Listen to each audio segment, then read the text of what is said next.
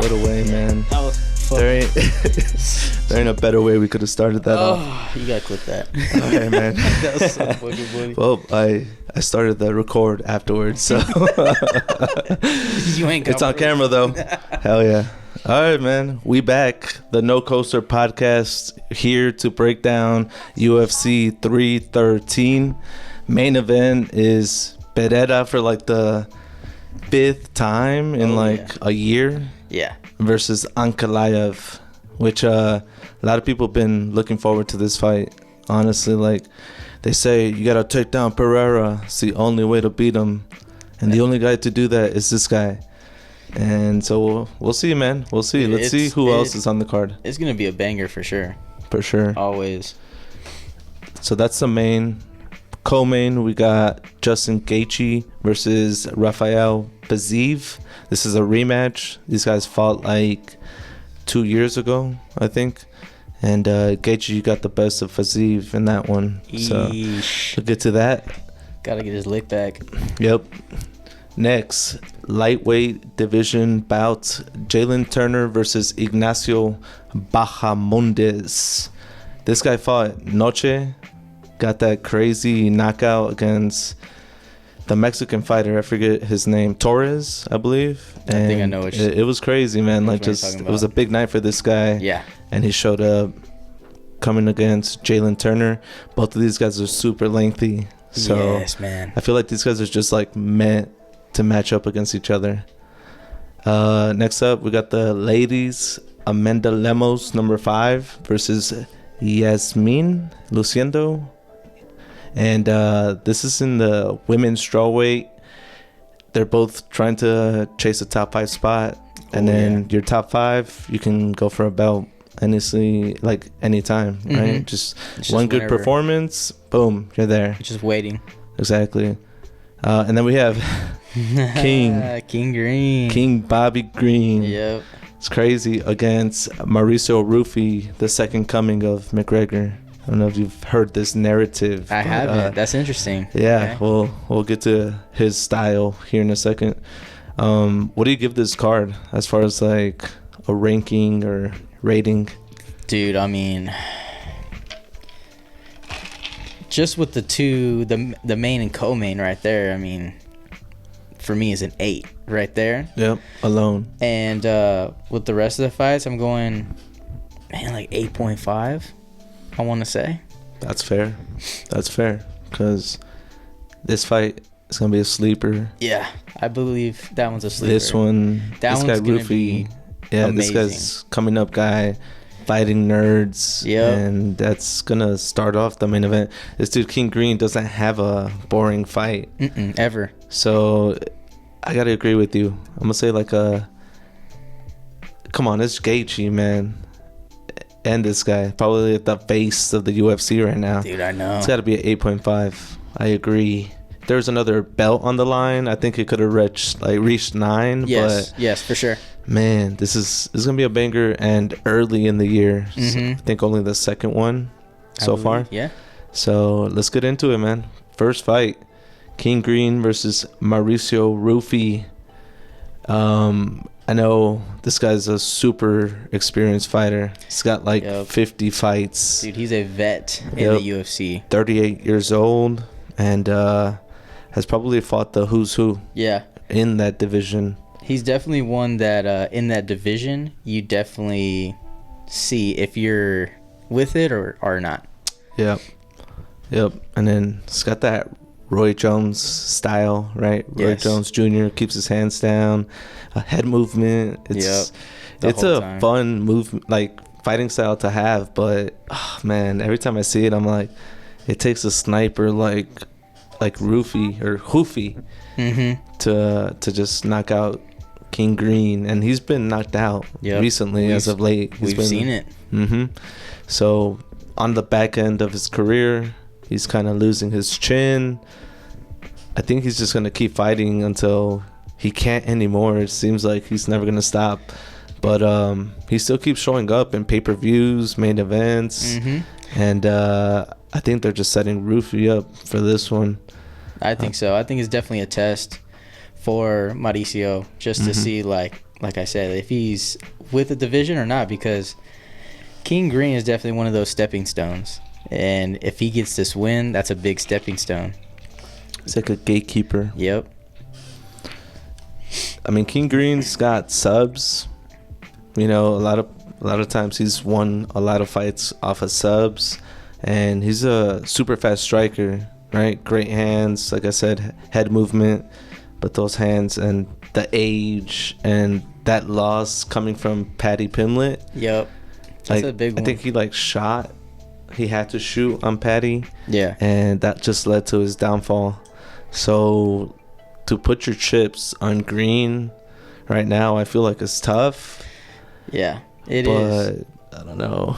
But it's one of those where I don't want to go for him, but at the same time, I'm such a fan of his. Mm-hmm. Like, I want to.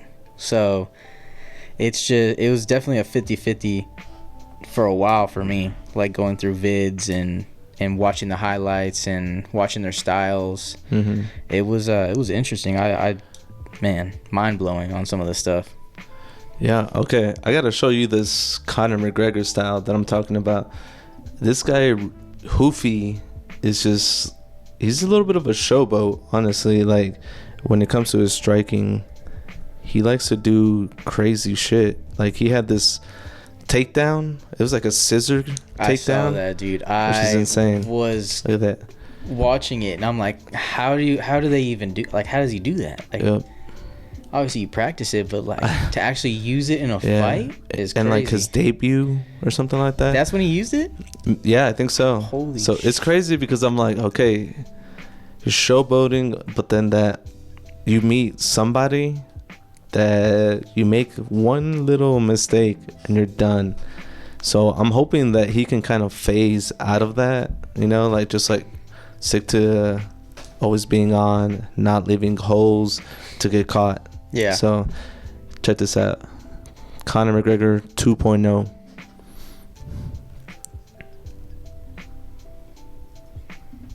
A young Conor McGregor too. Yep. When he had the eye. Yep, that white stance, kind of like a little bouncy. Mm-hmm. The jabs, poppy. Oh yeah. Yeah, so I'm sure he's a Conor McGregor fan. Oh yeah. Studied him, man. It's Yeah, just look at that. he has a good fighting style. Mm-hmm. He did have a good fighting style. He did. Then he got figured out and Yep. But it's just cool, like the next generation. yeah. Because that was what 2013. This is 10 years later, and you're starting to see a Conor McGregor style in some of these guys' fights.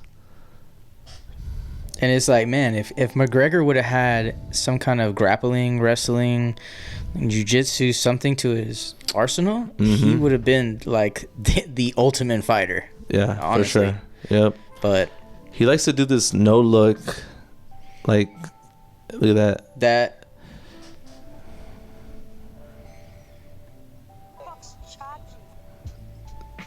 Yeah, man. And there's one shot where Hoofy does like this no look uppercut. I don't know if you've seen it, but it doesn't even seem real.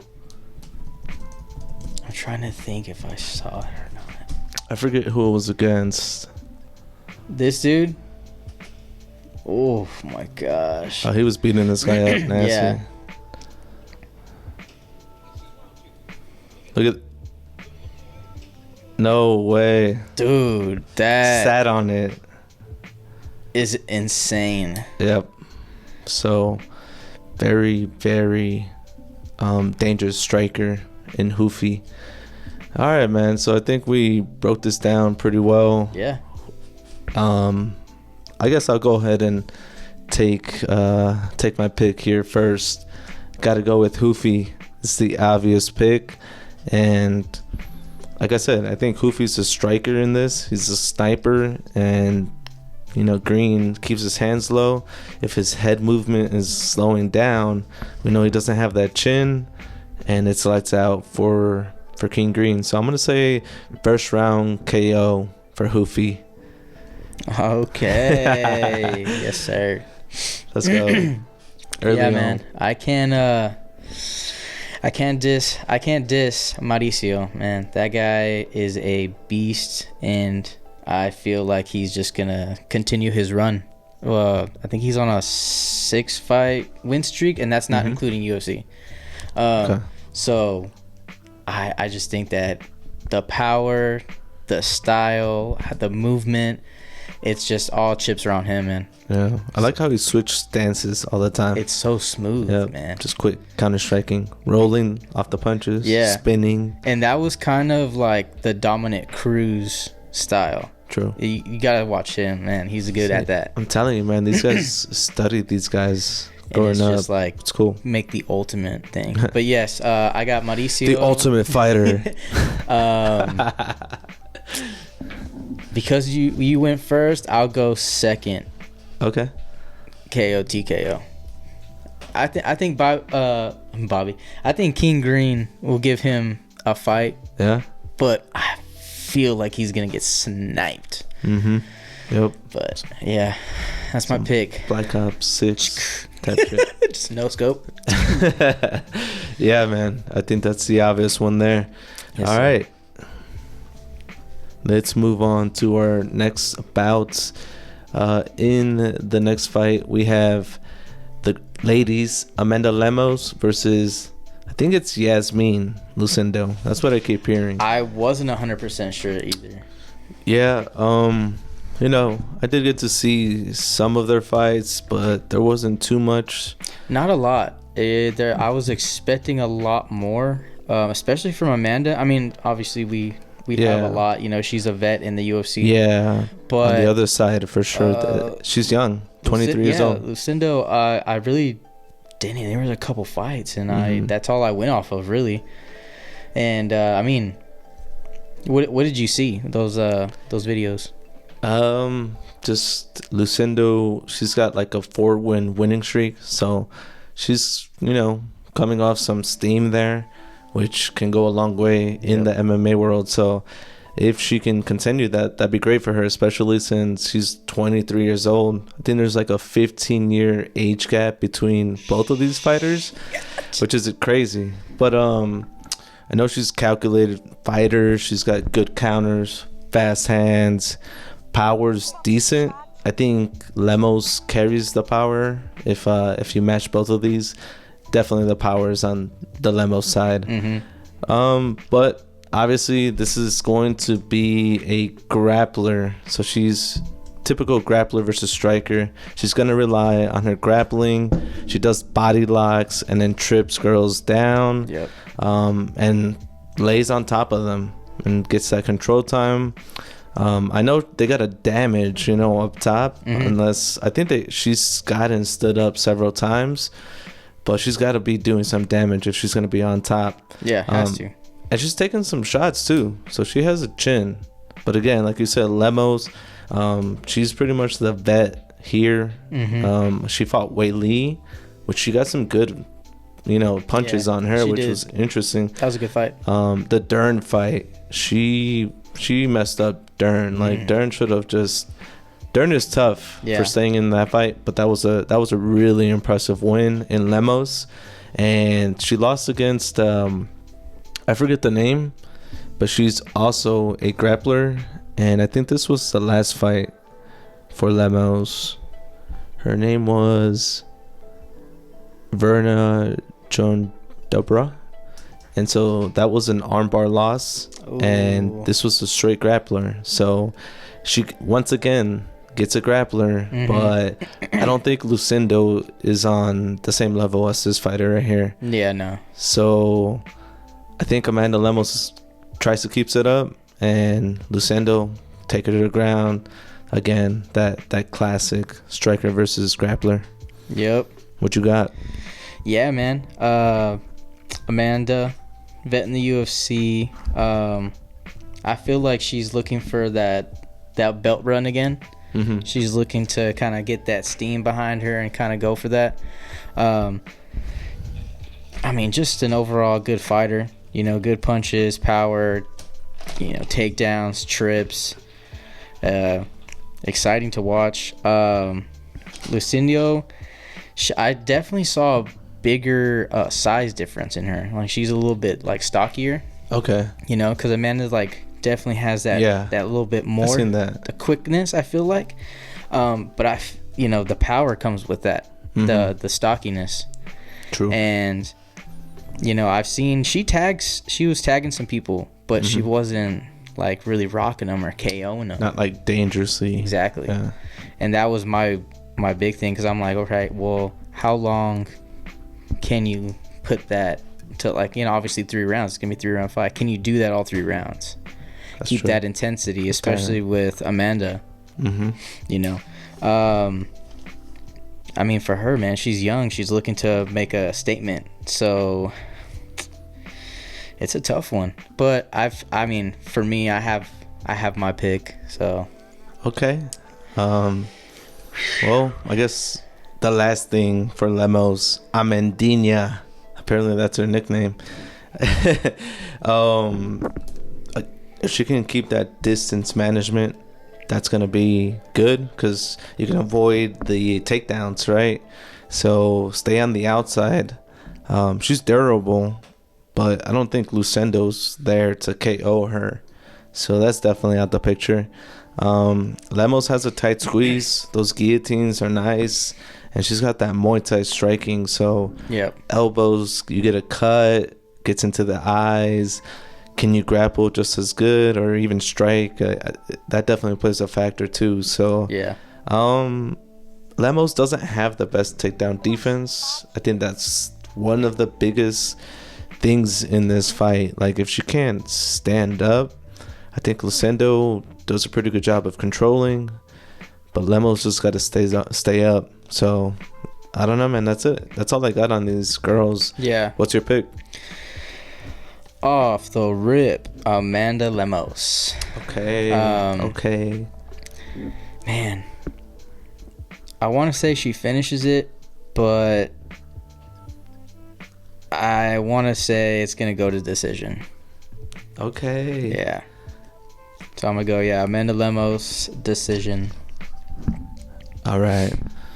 Man, now I want to see, does Lemos, she does have some KOs, right? Mm-hmm. Or TKOs, I think, or... Yeah. Yeah. Oh, what did I say? There she is. For sure. Mm-hmm. How many is that?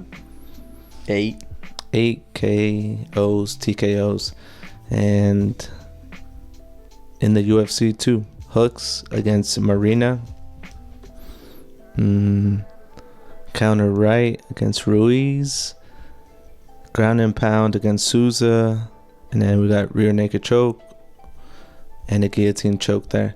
Man, I don't know whether to go sub or TKO, KO. I don't think it's going to be a sub. It's going to be tough. I mean, it could be, man. That I was really in between a sub, too. Yeah, like a guillotine when she's taking her down, maybe. Yep. But you would think at this level, you don't get guillotined, but I don't know, man. That tight squeeze. Man. Yeah, exactly. Okay. We're going to go TKO, KO, Lemos.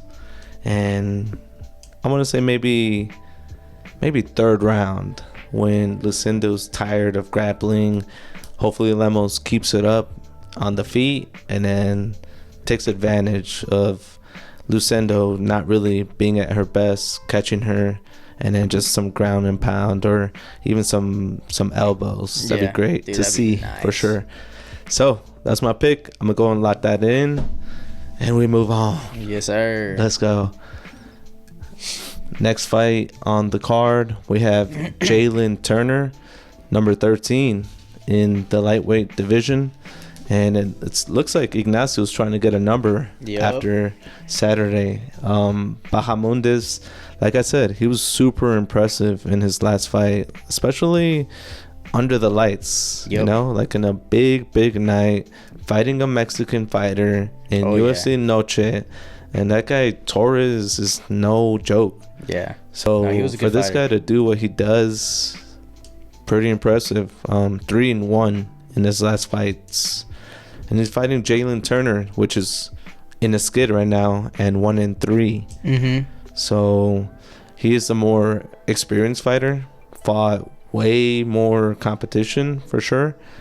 But again, this is like the battle of the giants of the lightweight division. They're so lengthy. Yeah. It's like they're the same build. It's crazy, man. Like Jalen Turner kind of reminds me of like Anderson Silva. Okay. The style that he brings. And then Ignacio just brings it. Like he has his own style that I like, the kicks and everything. Oh yeah. It's man, it's just exciting to watch. Kind of keeps you on your toes. Like you don't want to really blink or go grab a beer or a snack or something. You want to see TV. Yeah, you just want to be there and see what happens. Yep. So I think one of the big difference between their fighting style is Bahamondes does a good job of fighting from the outside and taking advantage of his size. Jalen Turner, I feel like, kind of comes in a little bit more. He likes that closer distance. So yeah, that's gonna be interesting to see, like Jalen Turner trying to close it, and Bahamondes trying to get that footwork, maybe laterally, to create that space, and maybe catch this guy coming in to give him that respect. Yeah. But Jalen Turner, man, like he's still dangerous. Even if he's in a skid, he's super dangerous. He's got power behind those lengthy punches that probably generate a lot of torque, right? I would figure, yeah. His takedown defense is pretty decent, and Ignacio, I don't think he's the best grappler, but he's definitely a little dangerous off his back. So I don't even think this hits the ground at all. I don't think, unless maybe last minute he tries to like take down Jalen Turner to get the win, maybe. Yeah. But I like Turner's knees in the clinch.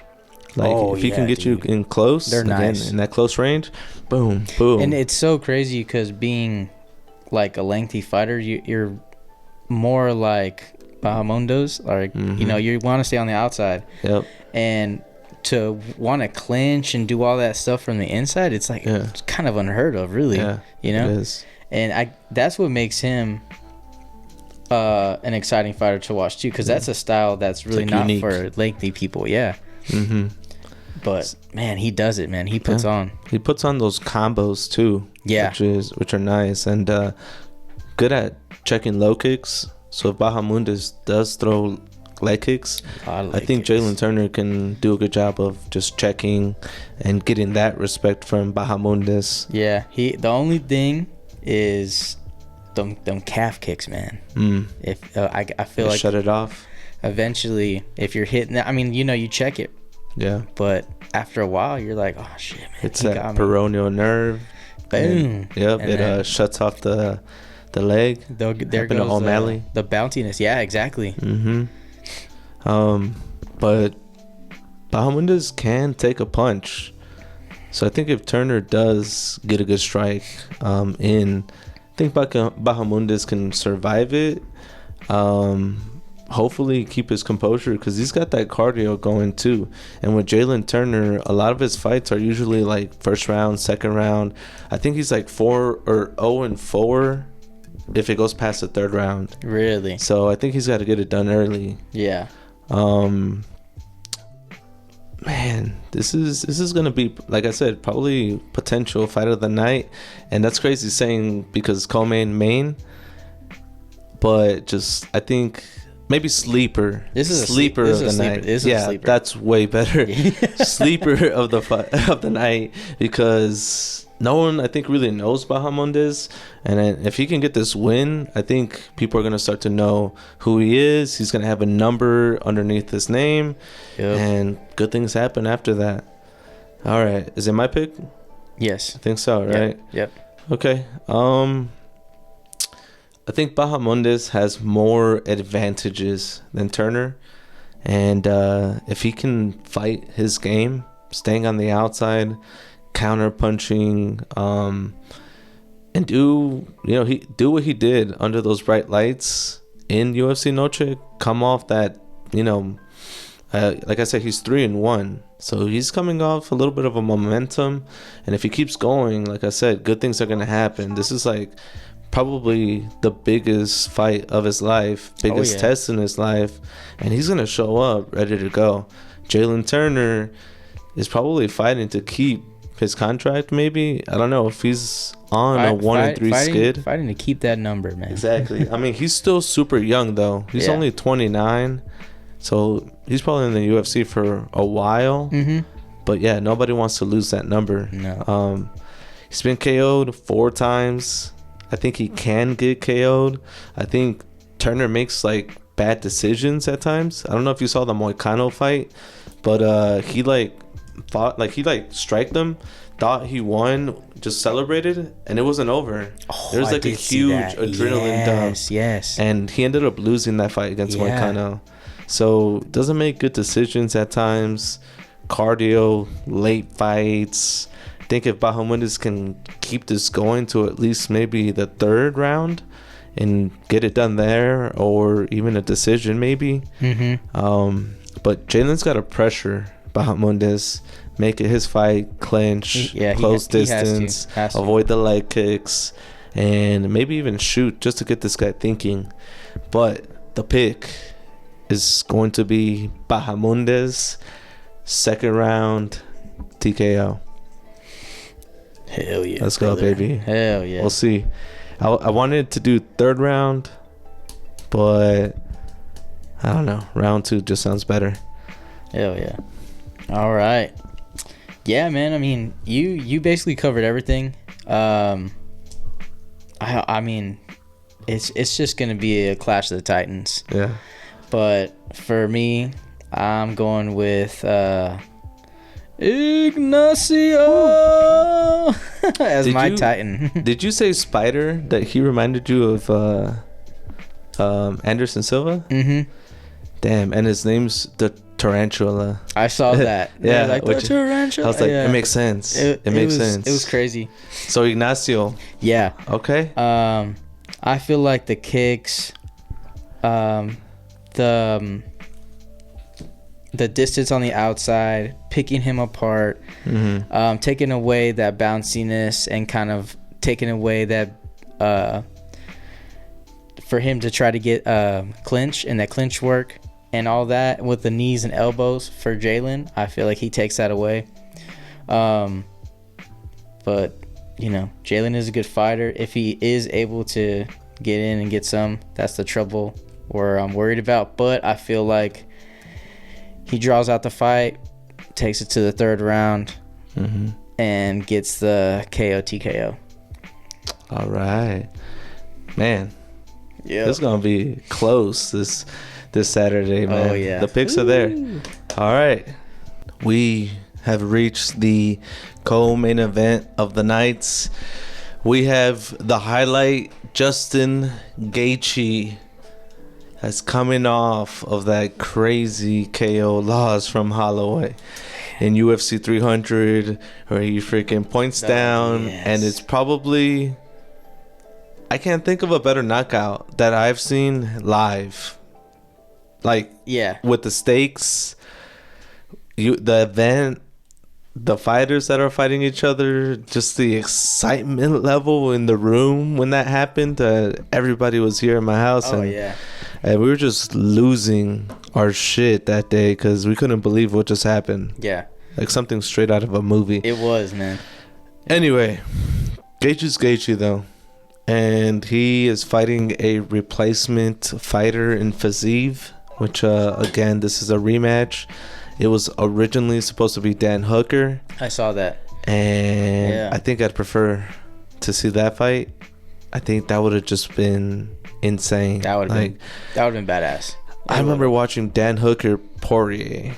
Yeah. And that fight was just insane. And I saw the same thing about to occur with Justin Gaethje, just because, you know, just like Justin's gonna bring it, and it's never a boring fight, and they're gonna strike. Even though Justin Gaethje is a college wrestler that doesn't utilize his wrestling at all, he actually utilized his wrestling against Fiziev in the 3rd round when they first fought. You know, Fiziev was winning that first fight, the first round, I would say. And then second round, started kind of changing. Third round, Gaethje started putting it together. And then takedown last second and cemented the win. Yeah. So that was the last time they fought, like I said, 2 years ago. And Fiziev hasn't fought in a year, I think. I don't know if you saw that Gamrot fight, but he hurt his knee in that fight. Yeah, I saw something. Mm-hmm. And I remember. He goes and kicks, like, I think the body maybe, hits the elbow, causes the knee to, like, twist. Ooh. Boom, just falls straight down. And that's it. That's all she wrote. So it's hard, man, because Fiziev is so good. And he was, like, in such a good winning streak. Mm-hmm. But I think his last win must have been, like, 3 years ago. Wow. That is a long time. layoff. Yeah. So I think especially Fiziev, for that division too. it's gonna be hard, man. But if anybody can do it, this guy's pretty good. I mean, again, injury. Justin Gaethje got the best of him, but it's Justin Gaethje. And then look who he beat: Rafael dos Anjos, RDA, Brad Riddell, King Green, Moicano, which is like pretty up there right now. Yep. This was a good fight. Dikisi, Alex White. So this guy's got a lot of good fights under his belt. He was looking like after this Justin Gaethje, he could have been a contender for the belt. Mm-hmm. And I think he can come back, but again, the cards kind of seem stacked against him. Yeah. Especially he's coming in late notice. But I would think that he's been itching to fight somebody, so he's just been in shape. I feel like he's just been prepared just in case a fight, they need someone, and lo and behold, the fight that he gets to get put into is a rematch. Yep. Which is badass, because now we get to see him have that little bit of like a mindset, like, okay, well, we saw what happened last time. He's gonna try taking me down. He's a wrestler. How are we gonna try to fix that into getting takedown defense? You know what I'm saying? Mm-hmm. Or something in that sort. Maybe like a judo toss, to where he's able to counter Gaethje's wrestling. You know? Mm-hmm. Yeah, like I said though, Gaethje only utilized it at the end. He never. That would really be interesting if he did like put that in his game plan. This was supposed to be a 5-rounder. Mm-hmm. And I heard, I don't know if this is 100% facts, but Gaethje asked for 3. I don't know if it was, I think it was still when the Hooker fight was still on. Oh, really?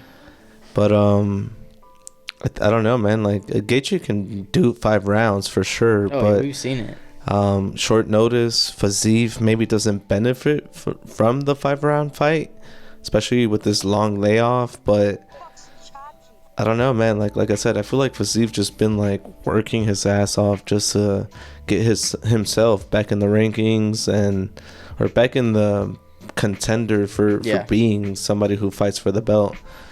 Fiziev looks really good at striking, man. Like his striking is so slick. Mm-hmm. He's got good switch stances, explosive, super fast. He'll come in, and the shots are pretty heavy. Yeah, I wouldn't say it's super KO power, but they sound like, I don't know if the Gaethje and Fiziev, remember that fight, but the way it sounded when they landed on each other, it's insane. It was just nasty, bad intentions. I think Fiziev's good feints help, and he has like that offbeat rhythm, hard to kind of predict what's coming at you. Yeah. He's got good takedown defense, comes in with like elbows, which is always nice. But Gaethje, again, striking, man. He doesn't look like the best looking striker, but you just see him like throw uppercuts and you're like, oh my God. It's because he puts everything into it. And you just see like him dip down all the power, and then, I mean, when he gets the right punch at the right time, right place, leg kicks, lights out. Same thing. Yeah. Powerful. Because his legs don't seem like they generate a lot of power, but damn, do they have some snap. Yeah. They knocked out Poirier with the high head kick. Yep. So this guy's dangerous in more ways than one. he told the media that he was gonna fight a different way after the Holloway fight, which I think was leaning more towards just being crazy in there, like old Gaethje, not being super calculated and like not taking as much risks, like Trevor Whitman has kind of molded him to be. I don't know if that means he was playing it too safe against Max, and he just needs to go back to his old ways to get those wins. Balls but to the walls, just throwing punches. I mean, I don't know, man. Justin Gaethje's got like one maybe chance at the belt left, I would say, and that's it. So I think he would throw the kitchen counter at everything he's going against. So I think it's important for Gaethje to win this fight and cement himself back into that contender role. I think this was your pick, right? Do you got anything else on these guys before we pick? Well, I mean, big Gaethje fan, obviously. Always been a fan of his because he's always been a risk taker, always throwing punches, and he's just like, I just want a brawler, like an old school, like Chuck Liddell kind of guy. It's just not as big, and it's just exciting to watch, and for me, one of the top BMFs. You know what I'm saying? One of the top BMFs. Hey, there's only a few. Yep, there's only a few. And man, it's always exciting. Fireworks with Gaethje. Fiziev, man, I really liked how much he kicks and how powerful they are. Yeah. It is like a consistent thing, and I feel like if he incorporates that into this fight a little bit more with Gaethje, but also throw him to the head, like make that switch to where you're going, leg, body, head. Yeah, get them thinking about the leg, and then that's what happened to Poirier. It gets different sides open, and he did this really and commentator, it was a switch left hook. It was because he switched stances and then like moved one way and then hit him with the left, like he was faking. It was crazy. That's insane, because like to the viewer just naturally watching, it's just like you don't really get to digest what the fuck just happened. Yeah, they're just like, you look back and fight, and you're like, dude, did you see what he did? Yeah, and, super high level. It's man, just fireworks for this one. But for me, I wanted to go with Gaethje, but I feel like Fiziev is gonna get his lick back. I have a feeling he's gonna get his lick back. Wow. Okay. That is a good pick, man. And I feel like it's gonna go decision. It is a 3-rounder. It's a 3-rounder. Oh man, I'm gonna have to go decision. All right. Yep. Locking it in. Man, honestly, when I looked at these fights, I foresaw you going for Gaethje. Because, again, man, for the third time, it's Justin Gaethje, the highlight. Yes, sir. Yeah. But, man, dude, something about Fiziev is crazy. Because 6 performance of the nights back to back. That's crazy. Has to tell you something. Look at this. I think it's 6. 1, 2, 3, 4, 5, 6. I guess that one doesn't count, right? Well, I guess technically it does, because it was a good fight. Yeah. So 6 in a row. Back to back to back. This guy puts on exciting fights, and he's, like I said, super nice striker. I think what really happened last time was Fiziev had the first round, was just piecing up Gaethje. Gaethje started kind of just jabbing, and that caused Fiziev to kind of use head movement and caused him to be a little bit more stationary. Okay. And then because of that, there were some left hooks, some clinch uppercuts coming in, and just busted up Fiziev's face, and Gaethje just took advantage. I feel like Fiziev maybe learned from that, And I think so too. And I think I thought Faziev was gonna win this, man, but now I'm like, oh, do I'm gonna switch sides? Woo! You said decision, huh? I did. Cause I don't know if I see Faziev KOing Justin. When's the last time Justin's been KO'd? Oh wait. I'm like, dun dun dun. He is coming off of that bad KO, man. So Well, how long did he has it been? recover from that? I think it's been like a year. I feel like that's a perfect amount. Yeah, I do. especially somebody for Justin. Not like what Volk did when he got knocked out and then came to try to do it again. No, you gotta take some time off, man. And I feel like that's a good time. I want to look at something real quick. Let's see. Justin Gaethje losses. He's got 1 TKO, 1 TKO in the 4th and 3rd. He's been subbed before. Ain't no way Faziev is subbing him. Nah. Ah, man. All right. I'm going to go with Justin Gaethje because I just want to oppose you on this one. And you can never count out Justin Gaethje. I would like him to go for another belt run. Yeah. And then, Everyone I think if he loses, man, I think he puts his gloves down. So, you know what? I'm going to change my perspective on this one as a Justin Gaethje fan. I got to see him raise his hand at least one more time before he hangs up the belt or the gloves, shall I say. Yeah. So give me Justin Gaethje winning once again the decision against Faziev. Okay. BMF, baby. All right. On to the main event. Man, this is going to be a crazy night of just picks, I feel like. I feel like it can go either way. Oh yeah. With our picks. I don't think we've chosen the same one yet.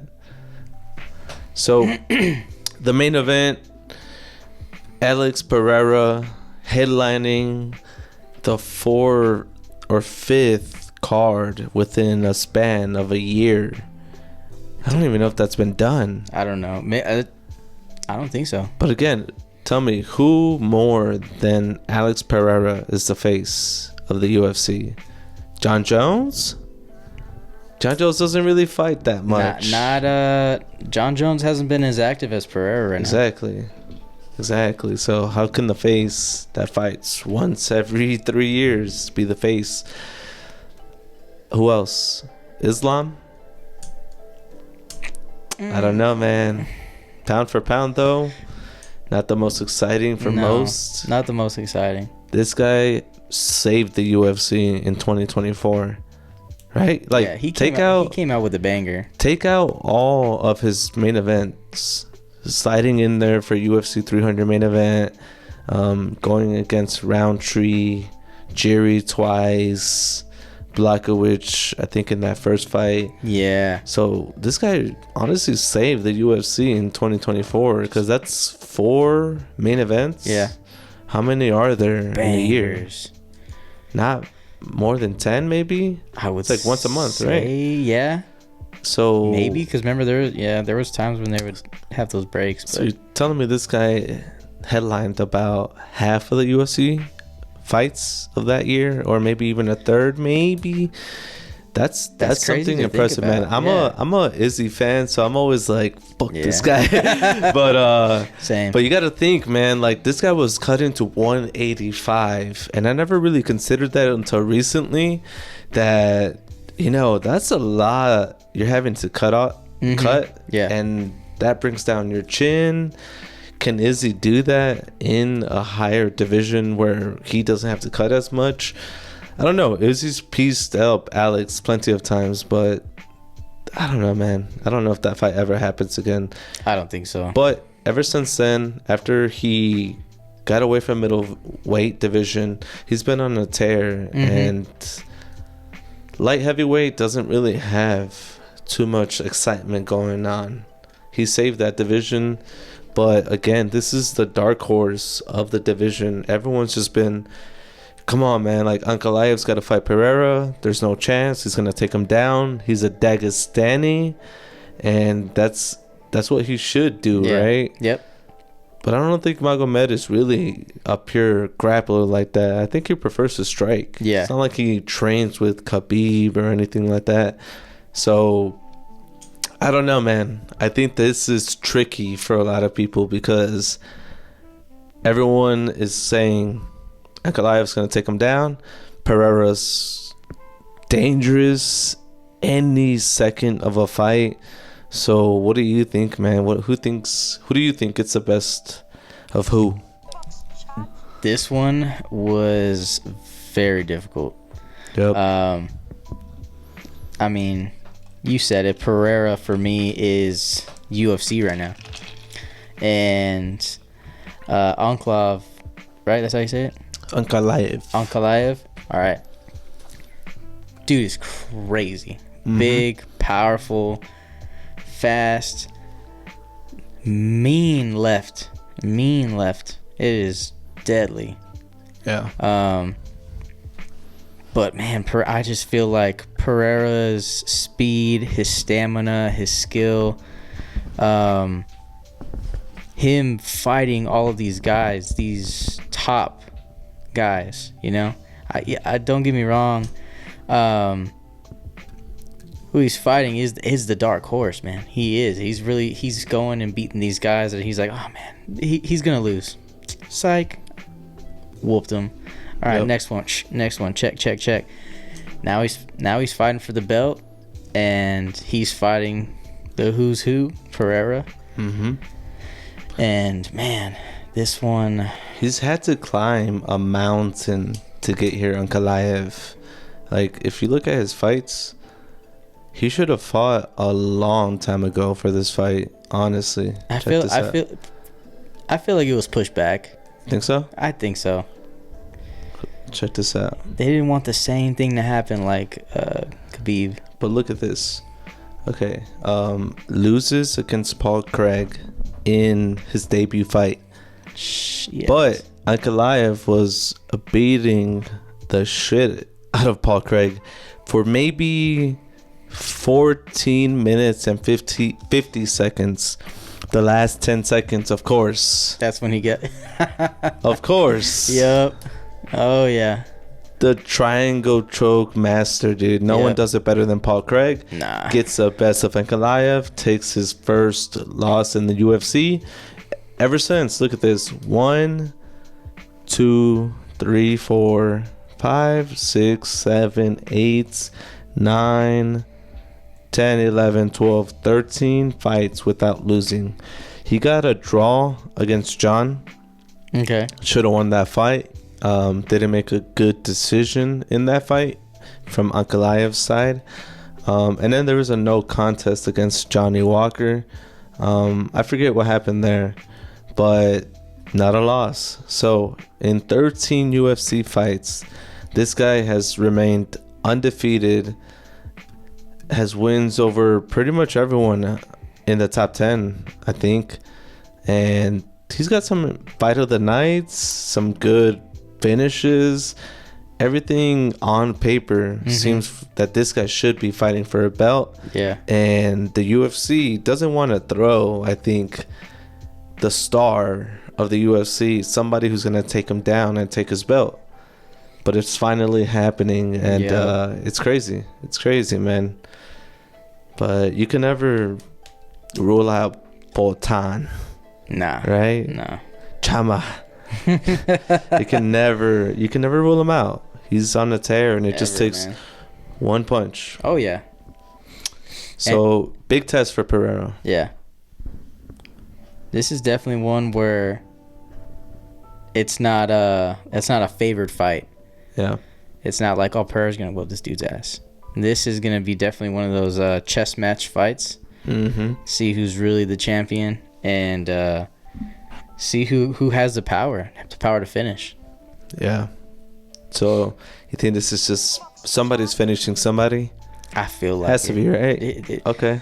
This is the who's gonna take home this gold for this this division. Division, because I mean, man, someone has to. For this guy to defend again I think he's gonna move up too if he wins. Alex Pereira to heavyweight.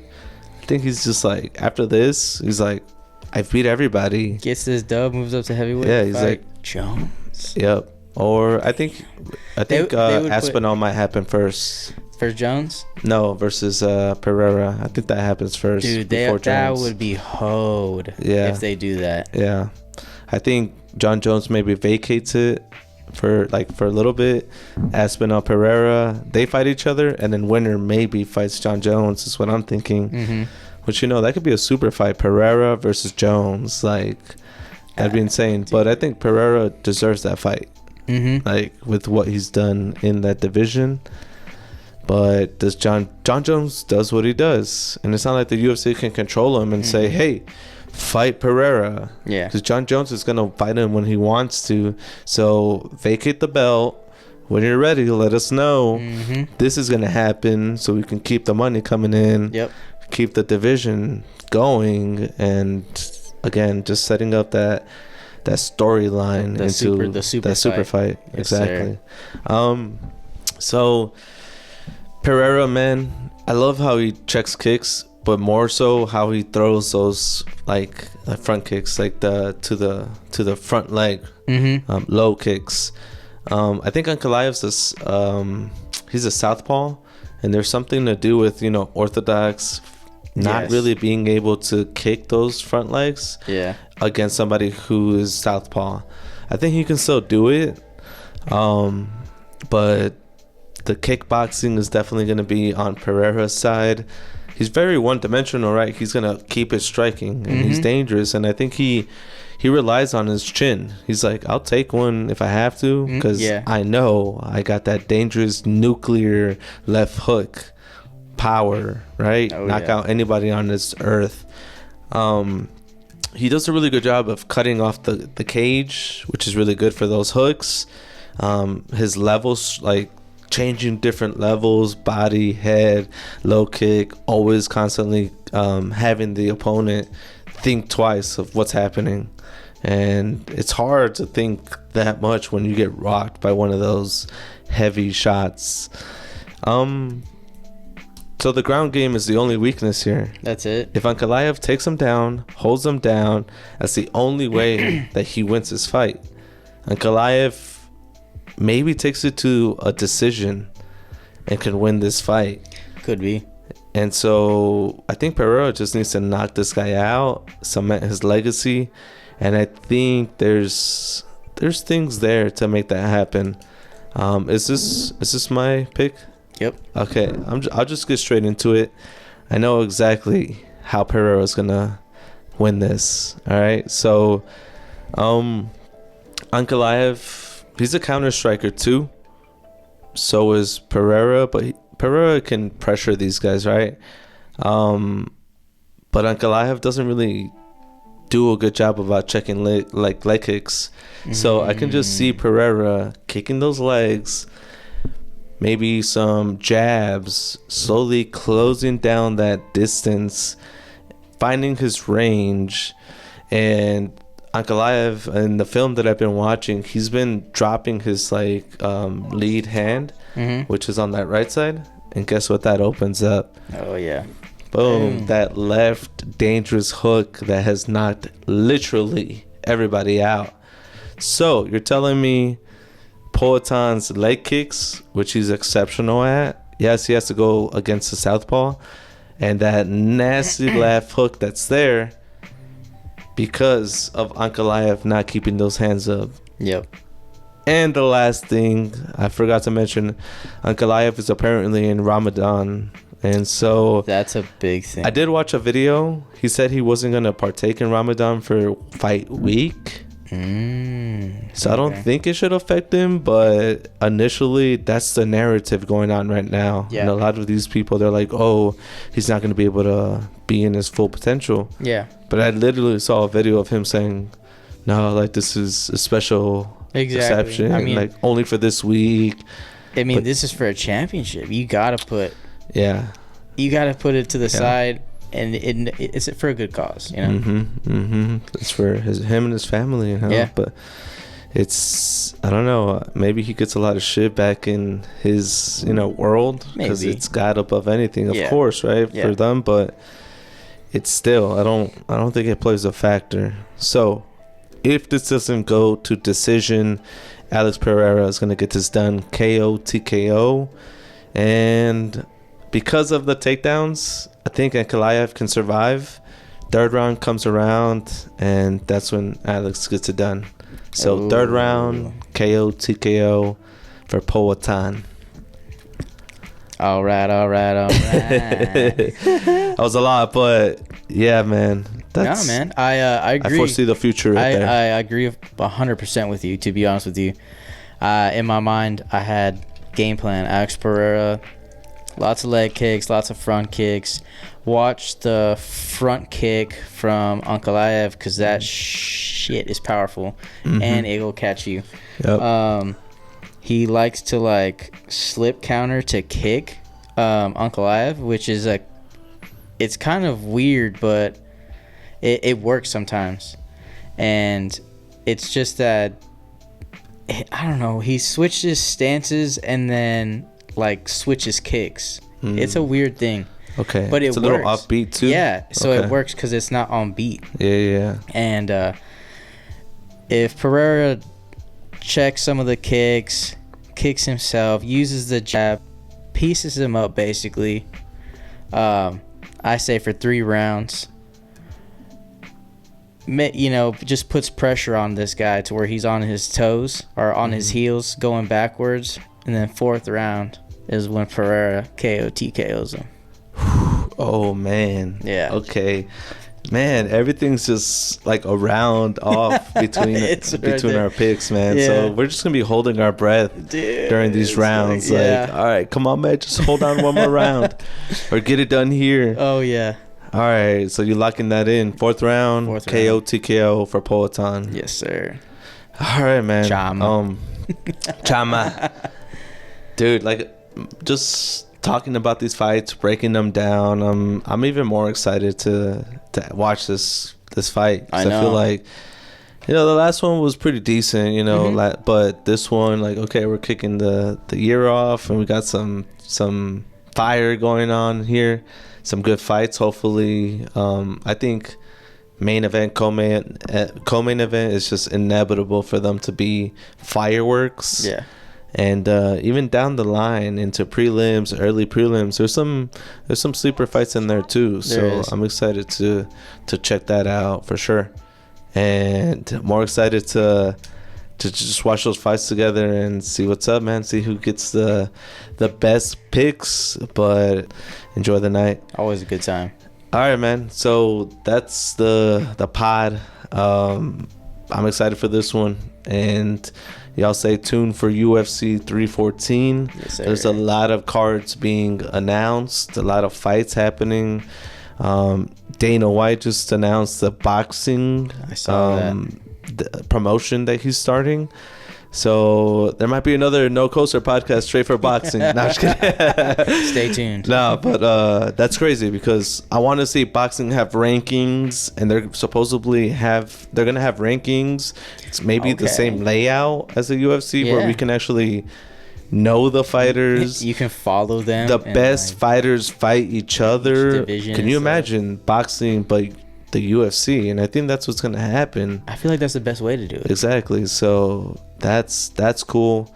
There's another league coming out. I forgot what it was called, but it was, I think, Global Fighting League. I don't know if you've heard of it. I don't know if it's like fully developed, but it's like all of these old fighters, pretty much everyone that retired from the UFC are fighting in this league. A lot of money's getting thrown out there right now in the MMA world. There's a lot of production behind it too. So I think in combat sports, there's a big resurgence happening, and it's just gonna get crazier and crazier. This sport keeps growing every single year. It's bigger so and bigger and bigger. Yeah, man. A lot of people are phasing out our favorite fighters, but these new guys are coming up. So definitely excited for the future. Yeah, man. Definitely excited for more podcasts where we can actually break these fights down and get to know these up and coming guys too. Yeah, that's what's interesting is the new talent brings new techniques. Exactly. And that's kind of molded from all these different pieces of veterans and these new guys, and just making this ultimate kind of making an ultimate fighter basically out of these young kids. Yep, the game keeps exciting, evolving, and we're seeing things we haven't seen before, and also things have seen before, like Hoofy bringing back the McGregor style and the Dominic Cruz style and all that stuff. So yeah, man, exciting stuff for sure. All right, I think that's a good way to end the pod. Hell yeah. It's good talking to you, man, and till next time. Till next time. Let's go.